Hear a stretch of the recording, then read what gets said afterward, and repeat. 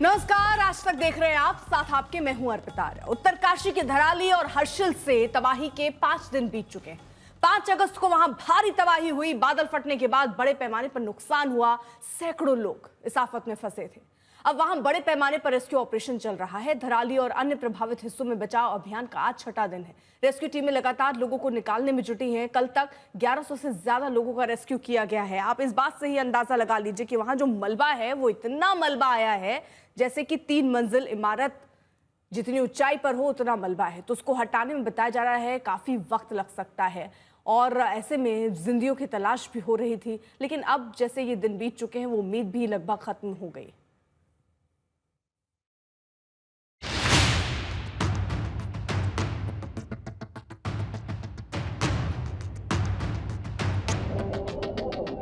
धराली में ऐसे हुई थी विनाश लीला।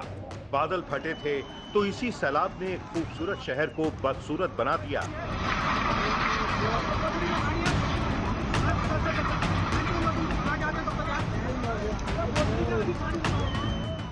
उत्तरकाशी में 5 अगस्त को तबाही मची, उसकी तस्वीरें देख लीजिए। यहां आबादी बसी हुई थी, घर मकान पर्यटकों का स्वागत कर रहे थे। अब वही जगह वीरान पड़ी है, सिर्फ मलबा ही मलबा नजर आ रहा है। धराली की ये तस्वीरें हेलीकॉप्टर से ली गई हैं। पहाड़ों के बीच इसी हिस्से में 5 अगस्त को बादल फटा था और भारी पत्थर सैलाब और मलबे के साथ मिलकर इस इलाके को तबाह कर गए थे। 5 अगस्त को दोपहर 1:40 तक सब कुछ ठीक था। यहाँ कई इमारतें थीं, मार्केट था, लोग मार्केट में घूम रहे थे। देश के अन्य हिस्सों से पर्यटक इन वादियों में पहुंचे थे। लेकिन 35 सेकंड में बादल फटने के बाद ऐसी तबाही हुई कि सब कुछ खत्म हो गया। अब यहाँ सिर्फ और सिर्फ दलदल जैसे हालात हैं। पहाड़ से सटे कुछ घर बच तो गए, लेकिन उस सैलाब के रास्ते में जो भी घर आए सभी के निशान मिट गए। रुला देने वाली इस तबाही के बीच अब यहां भारतीय सेना अन्य रेस्क्यू टीमों के साथ राहत बचाव कार्यों में जुटी है। लगातार बचाव का काम चल रहा है। 6 दिनों से धराली में जिंदगी की तलाश जारी है। ऑपरेशन जिंदगी के तहत धराली और हर्षिल में फंसे लोगों को लगातार मदद पहुंचाई जा रही है। भारतीय सेना ने बताया है कि 9 अगस्त को हेलीकॉप्टर ने 33 उड़ानें भरी। इसके जरिए शनिवार को 195 लोगों को प्रभावित इलाके से बचाया गया। वहीं 200 पर्यटकों को हर्षिल पहुंचने में मदद की गई। 100 से ज्यादा पर्यटकों तक खाना भी पहुंचाया गया। धराली में दलदल जैसे जो हालात बने हैं और मलबे के ढेर में जो जिंदगियां दबी होने की आशंका है, उसका पता लगाना सबसे पहला लक्ष्य है। लेकिन ये चुनौती उतनी ही बड़ी है। विपरीत हालात के बीच डॉग स्क्वाड की टीम तलाश में जुटी है। ड्रोन और हाईटेक कैमरों की भी मदद ली जा रही है। ग्राउंड पेनिट्रेटिंग रडार का भी इस्तेमाल किया जा रहा है। मलबा हटाने के लिए भारी भरकम मशीनें भी लगाई गई हैं। धराली के हालात ऐसे हैं कि वहां खतरा बेहिसाब है। मलबे में रेस्क्यू का काम काफी मुश्किल भरा है। यहाँ एक कदम बढ़ा पाना भी खतरे से खाली नहीं। ये तो एसडीआरएफ के लोग जो यहाँ पर काम कर रहे हैं, कितनी बड़ी चुनौतियां और सबसे अभी प्राथमिकता क्या है, क्योंकि इवैक तो लगभग पूरा हो चुका, आप लोगों ने उसमें काफी काम किया। सर्च ऑपरेशन में कितनी मुश्किलें हैं?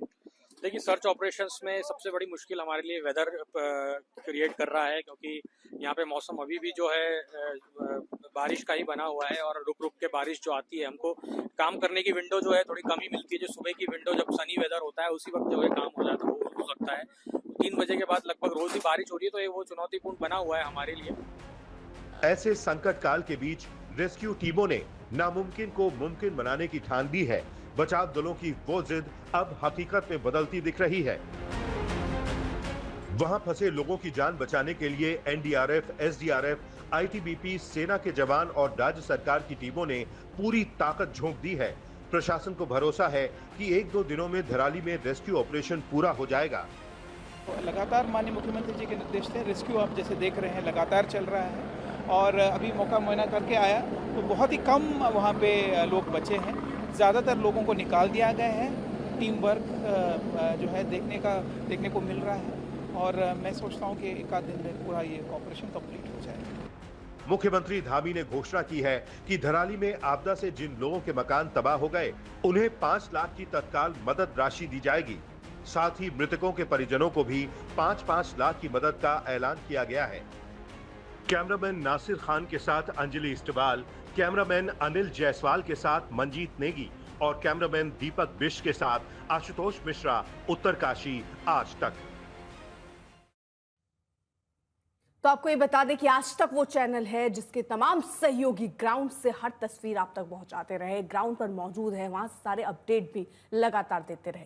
धराली और आसपास के तबाही प्रभावित इलाकों से अब तक 1100 से ज्यादा लोगों का रेस्क्यू हालांकि किया गया है। सारी अपडेट हम आपको देंगे, लेकिन इस बीच हमारे साथ आशुतोष जुड़ चुके हैं धराली से और पल पल के अपडेट आशुतोष हम तक पहुंचा रहे हैं। आशुतोष, फिलहाल क्या अपडेट मिल रहा है? क्योंकि ये भी कहा जा रहा था कि वो मलबा क्योंकि आसान नहीं है, 3 मंजिला करीब मलबा वहां पर है, उसको निकालने में महीनों लग सकते हैं, तो एक बड़ा चैलेंज, बड़ी चुनौती अभी भी सामने खड़ी। अर्पिता, बिल्कुल। और आपको ये भी बता दें कि आज तक पहला चैनल है। आज इस जो ऑपरेशन चल रहा है 6 दिन बाद उसी धराली से आज तक लाइव है। मैं यहाँ पहुंचा हूँ, लगातार हम कई दिनों से यहाँ आ रहे हैं, लेकिन इन इलाकों में मेरे ठीक पीछे धराली का वो मैदान है। आपको अगर वो तस्वीरें याद हो कि जब मलबा पहाड़ से आया था तो कैसे सैलाब अपने साथ लेकर के आया, ये वो काला हिस्सा है। और उसके ठीक पीछे जो आप देख रहे हैं वो एनडीआरएफ और भारतीय सेना के लोग हैं जो एक्सकवेशन कर रहे हैं। यहाँ पर ग्राउंड पेनिट्रेशन रडार का इस्तेमाल किया जा रहा है ये देखने के लिए कि जमीन के नीचे क्या किसी तरह का स्ट्रक्चर हो सकता है। अभी ये जो सड़क है राष्ट्रीय राजमार्ग है, ठीक इसकी इस तरफ देखेंगे कि मलबा यहीं से आया था। जो आपने सुनी है वो सीटी की आवाज, लोग भागते हुए जा रहे थे, इस तरफ से मलबा आया था। यही वो संभावित लोग हैं जहां वो दबे हों। तो जितनी भी एजेंसियां हैं, एसडीआरएफ, एनडीआरएफ है, भारतीय सेना, वो वहां पर खुदाई कर रही हैं। जीपीआर का इस्तेमाल हो रहा है ये देखने के लिए कि स्ट्रक्चर है, क्या स्ट्रक्चर में लोग कुछ फंसे हुए हो सकते हैं। मल्टीपल लेवल का ऑपरेशन है। कम्युनिकेशन एक बहुत बड़ी चुनौती है। भारतीय सेना का भी धन्यवाद देना चाहेंगे, जो पैरा सिग्नल रेजिमेंट है, उन्होंने सबसे पहले जब वो यहाँ पहुंचे थे तो कम्युनिकेशन बड़ी बात थी। बिजली यहाँ पर आएगी, लेकिन यहाँ पर जो लोग थे लोग परेशान थे कि अपनों से बातचीत कैसे करें। तो सिग्नल की जो पैरा रेजिमेंट है, ये सिग्नल्स ने उन्होंने सबसे पहले हमें सुविधा दी। अब यहाँ इंटरनेट आया, लोगों को कॉलिंग हुई। जो लोग ऊपर के गांव के इलाकों में थे उन्हें इस तरह के सैटेलाइट फोन से, घर घर जाकर के सैटेलाइट फोन से उनसे बातें करवाई गई। ये इसलिए जरूरी था कि लोग परेशान थे, इस आपदा में अपनों से संपर्क कैसे करते। उसी के साथ साथ यहाँ मेडिकल कोर की टीम भी तैनात की गई है।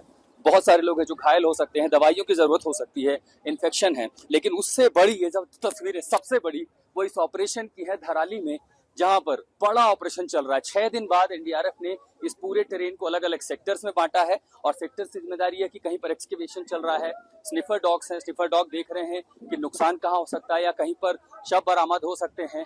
और इसी के साथ साथ जो सबसे बड़ी बात थी कि मलबे में कहीं पर घर थे, दुकानें थी, क्या वहां संभावित हो सकती है किसी को पाए जाने की। 6 दिन बाद इस तरह के मलबे में किसी को जिंदा पाया जाना बेहद मुश्किल है, लेकिन चमत्कार भी होते हैं। हालांकि यहाँ चमत्कार की उम्मीद भी बहुत कम है, लेकिन अगर मलबा मिलता है तो जो लापता लोगों की संख्या है वो बहुत ज्यादा है। और ये जो आसपास के लोग हैं कई बार ये कहते हैं कि सरकारी आंकड़ों में नहीं है, लेकिन अगर वो लोग लापता है तो कम से कम मलबे में खुदाई के द्वारा उनके शव भी मिल जाएंगे। तो धराली की जो स्थिति है अभी भी वही है। सबसे बड़ी चुनौती क्या है? देखिए, सड़क मार्ग नहीं खुला। मैं जिस रास्ते पर खड़ा हूँ ये धराली हर्षिल गंगोत्री को जोड़ने वाला राष्ट्रीय राजमार्ग है।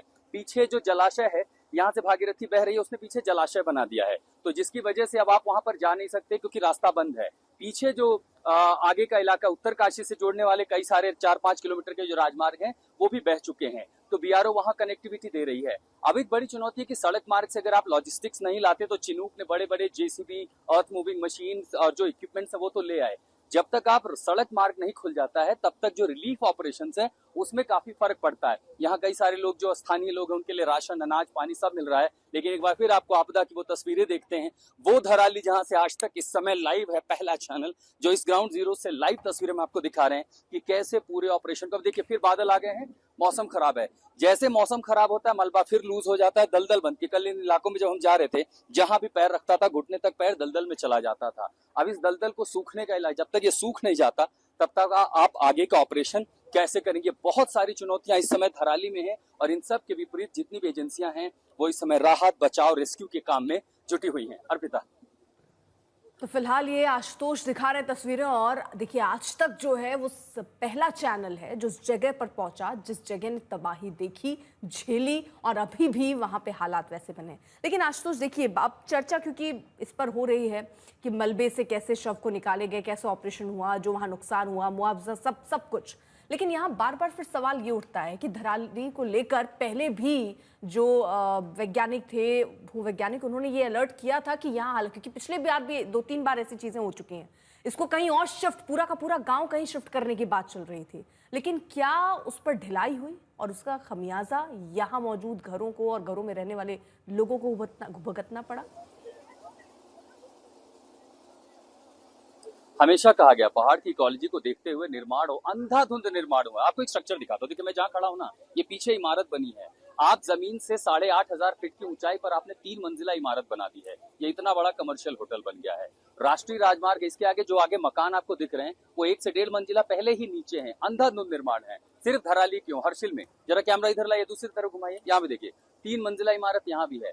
जिस तरह का निर्माण आपको एक इंफ्रास्ट्रक्चर की जरूरत होती है धार्मिक यात्रा को देखते हुए, उसी के बाद टूरिज्म को देखते हुए, लेकिन यहाँ निर्माण पर कभी कोई रोक लगी ही नहीं। हर्षिल जाऊंगा, हर्षिल में मैंने नदियों के उस इलाकों पर निर्माण होते हुए देखा है जो दरअसल पानी का रास्ता है और हमेशा आप तबाही के मुहाने पर खड़े हैं। यह हादसा फिर कभी भी हो सकता है। और जिस गांव की आप बात करें कि गांव को दोबारा, पूरा गांव तो बह गया।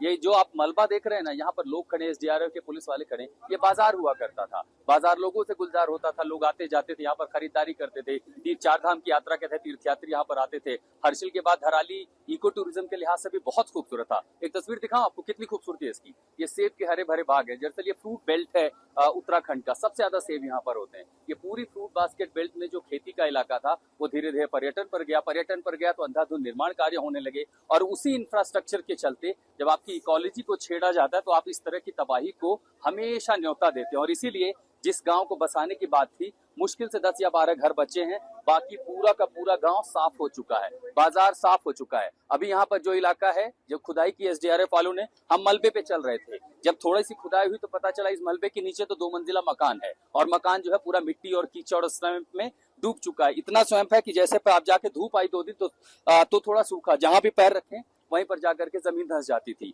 तो ये धराली की तबाही, कहते हैं कि आपदा तो प्राकृतिक आपदा है, लेकिन प्राकृतिक आपदाओं के पीछे हमेशा मानव निर्मित ऐसी गलतियां होती हैं। इसीलिए कहा जाता है कि ये मानव निर्मित प्राकृतिक आपदा है। हमने इसे न्योता दिया था, यहाँ पर हुआ, लेकिन फिलहाल वक्त इसको रिस्टोर करने का है, वक्त इसको फिर से बनाने का है। लेकिन उससे पहले चुनौती है कि जो लोग लापता है उन्हें खोज निकाला जाए। इसीलिए इवैक्यूएशन ऑपरेशन पूरा हो गया है, रिलीफ ऑपरेशन चल रहा है, लेकिन इस अभियान में एक महत्वपूर्ण कड़ी है सर्च अभियान। तो सर्च ऑपरेशन जो है उसी के लिए यहाँ पर कई एजेंसियां, एसडीआरएफ है, यहाँ पर एनडीआरएफ है, भारतीय सेना है, और वो सब अलग अलग जगहों पर टेरेन को इस समय डिगिंग कर रहे हैं। देखिए यहाँ पर अगर तस्वीर हम देख पाए, वहां भी एसडीआरएफ ने खोदा, तो एक एक घर निकाल रहे हैं मलबा। यहाँ पर जो विक्टिम डिटेक्शन कैमराज हैं, वीडीएस, उसका इस्तेमाल हो रहा है। ग्राउंड पेनिट्रेशन रेडार्स लगाए गए हैं, जीपीआर से स्कैनिंग की जा रही है कि स्ट्रक्चर मिल जाए, अगर कहीं हड्डियों का ढांचा मिल जाए तो पता चल जाएगा कि वहां पर क्या कोई इंसान था, कुछ लोगों के बारे में पता चल जाए। उसी के साथ साथ कम्युनिकेशन रिस्टोर किया जा रहा है, बिजली रिस्टोर की जा रही है। तो चुनौतियां बहुत सारी हैं और हो सकता है कि जो पैमाना हो मदद का, उसे थोड़ा सा बढ़ाए जाने की संभवतः जरूरत होगी। अर्पिता, बहुत बहुत शुक्रिया आशुतोष, इस तमाम जानकारी के लिए। आप अपना ख्याल भी रखिएगा, बहुत बहुत शुक्रिया। उधर देखिए, धराली को जोड़ने वाला जो पुल बह गया था, आज उसकी जगह एक बैली ब्रिज बना है। सेना और बीआरओ की टीम ने चुनौतियों का सामना करते हुए इसका निर्माण किया और अब उम्मीद की जानी चाहिए कि धराली में रेस्क्यू ऑपरेशन में तेजी आएगी।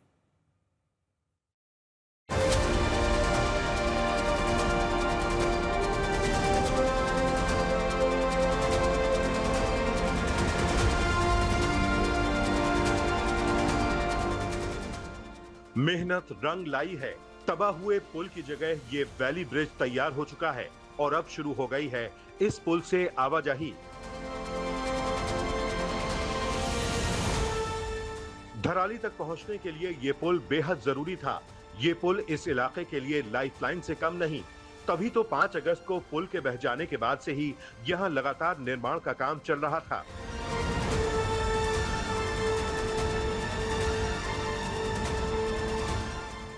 तमाम चैलेंज का सामना करते हुए सेना और बीआरओ ने वो कर दिखाया जिसकी खूब तारीफ हो रही है।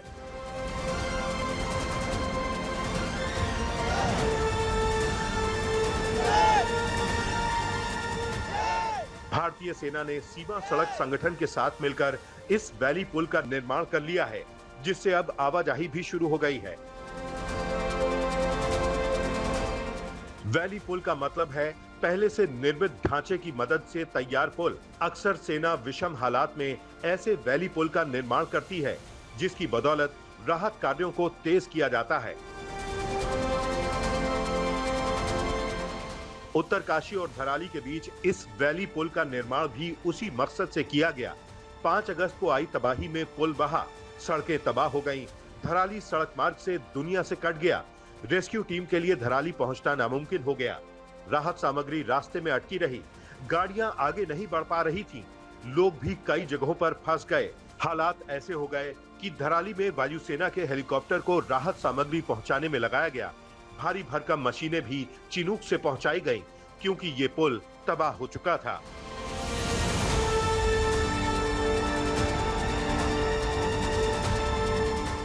लेकिन ऐसी विनाश लीला के बाद इस पुल का निर्माण बेहद जरूरी हो गया था। इसी मकसद से सेना ने बीआरओ के साथ मिलकर मेगा ऑपरेशन चलाया और आज सुबह इस वैली ब्रिज को एक्टिव मोड में ला दिया। ये जो पानी नीचे से बहता नजर आ रहा है, ये वो ब्रिज है जो टूट गया था और अब आखिरकार ये आप देख सकते हैं मेटल का पूरा स्ट्रक्चर पड़ चुका है। तो जो ज़रूरत थी कि एक कनेक्टिविटी बने वो बन चुकी है। और कल रात को हमने अपनी आंखों से देखा था, क्योंकि पूरी रात हमने यहाँ ब्रिज के कंस्ट्रक्शन को देखा। तो जो आर्मी के जवान थे वो आगे तक गए, उन्होंने वहाँ लाइट का सेटअप भी किया। पुल के चालू होते ही इसके निर्माण कार्य में लगे जवानों की खुशी का ठिकाना नहीं रहा। गौरव के उस पल में जवानों ने मुंह मीठा किया और नारे लगाए।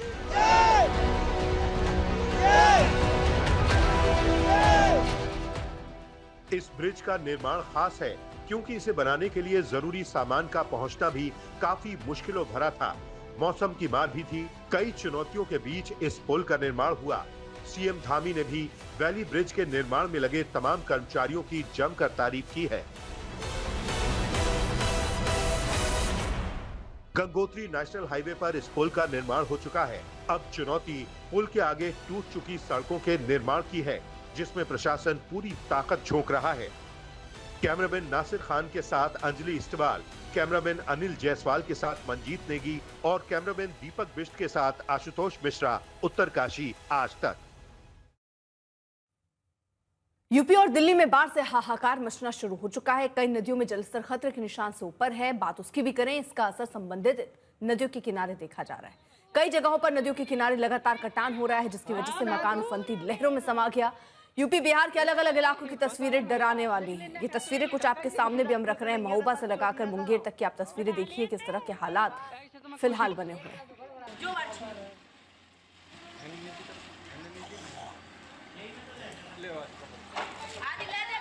बिहार के कई जिले इस वक्त बाढ़ की आपदा झेल रहे हैं। खासकर गंगा नदी में जिस तरीके से पानी बढ़ा है पिछले कुछ दिनों में, उसके कारण बक्सर से लेकर भागलपुर तक वो तमाम ज़िले जो गंगा किनारे बसे हुए हैं, वहाँ पर गंगा का पानी जो है उसने एक तरीके से कहें तो तांडव मचाया हुआ है। और इस वक्त हम मौजूद हैं भागलपुर में, और भागलपुर में हम कोई ऐसी जगह पे नहीं है, कोई गांव देहात में नहीं खड़े हैं।